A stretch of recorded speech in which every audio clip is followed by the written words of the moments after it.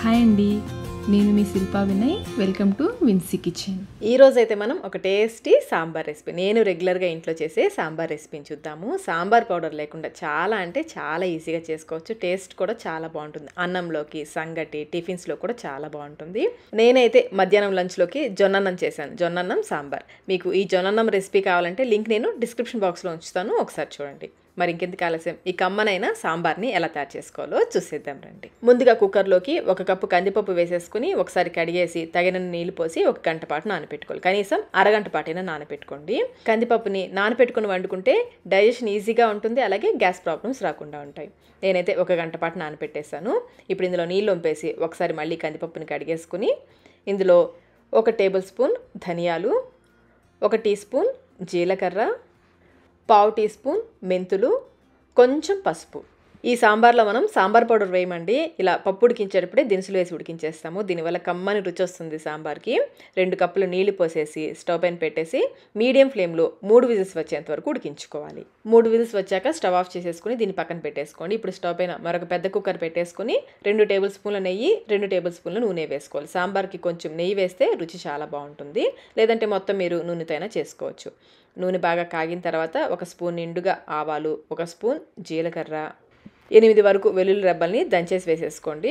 2 ఎండుమిర్చిని తుంపి వేసేసుకొని 4 రెమ్మల కరివేపాకు కూడా వేసుకోవాలి. చివరిగా 1/2 టీ స్పూన్ ఇంగు కూడా వేసేసి బాగా కలిపేసుకోండి. ఇప్పుడు ఇందులో 4 మీడియం సైజు ఉల్లిపాయలని మధ్యలోకి సగంగా కట్ చేసి వేసుకోండి. చిన్నవైతే డైరెక్ట్గా వేసేసుకోవచ్చు, నేను కొంచెం పెద్దవి కాబట్టి మధ్యలో కట్ చేసి వేస్తున్నాను. అలాగే 3 పచ్చిమిర్చి చీలికలు, మునక్కాయ ముక్కలు. నేను ఒక పెద్ద మునక్కాయ తీసుకున్నాను. ఈ కూరగాయలు మన ఇష్టం అండి, మనకి ఎక్కువ కావాలంటే ఇంకా ఎక్కువ కూడా వేసుకోవచ్చు. 5 బెండకాయలను కూడా కట్ చేసి వేస్తున్నాను. అలాగే 2 మీడియం సైజ్ క్యారెట్స్ని ఈ విధంగా రౌండ్గా కట్ చేసి వేసేసుకోవాలి. 2 మీడియం సైజ్ టమాటోలను కూడా పెద్ద ముక్కలుగా కట్ చేసి వేసుకోండి. ఇంకా కొంచెం కొత్తిమీర కూడా వేసేసి ఈ పోపులో ఈ కూరగాయ ముక్కలు బాగా కలిసేలా కలుపుకోవాలి. సాంబార్లో మనకు నచ్చిన కూరగాయలు వేసుకోవచ్చు అండి. ఇంకా సొరకాయ వేసుకోవచ్చు, దోసకాయ వేసుకోవచ్చు, మన ఇష్టం, మనకి నచ్చిన కూరగాయలు వేసుకోవచ్చు. బాగా కలిపేసుకుని ఇప్పుడు ఇందులో 1/2 టీ స్పూన్ వరకు సాల్ట్, ఎక్కువ వేసుకోవద్దు, కూరగాయలకి సరిపడా వేసుకోండి. అలాగే 1 టీ స్పూన్ నిండుగా కారం, 1/2 టీ స్పూన్ పసుపు కూడా వేసేసి ఈ కారం ఉప్పు ముక్కలకి బాగా పట్టేలాగా కలుపుకోవాలి. సాల్ట్ అయితే కొంచెమే వేసుకోవాలండి, ఈ కూరగాయ ముక్కలకి సరిపడా వేసుకోవాలి. సాంబార్కి మళ్ళీ మనం చివరిలో వేసుకుంటాము. ఇప్పుడే ఎక్కువ సాల్ట్ వేసేసామంటే ముక్కలు ఉప్పగా అయిపోతాయి. బాగా కలిపేసుకుని మూత పెట్టేసి లో ఫ్లేమ్లో 2 నిమిషాల పాటు ఉడికించుకోవాలి. మరొక పక్కన మనం పప్పు ఉడికించుకున్నాం కదా, కుక్కర్లో ప్రెషర్ పోయాక మూత తీసేసి ఒకసారి కలిపేసుకోండి. చూడండి, పప్పు చక్కగా ఉడికిపోయింది కదా.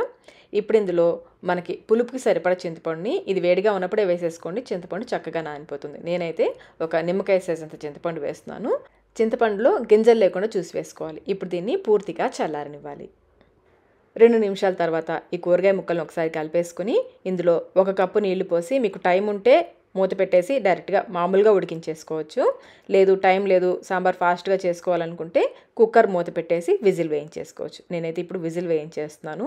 కుక్కర్కి మూత పెట్టేసి మీడియం ఫ్లేమ్లో ఒకే 1 విజిల్ వేయించుకోవాలి.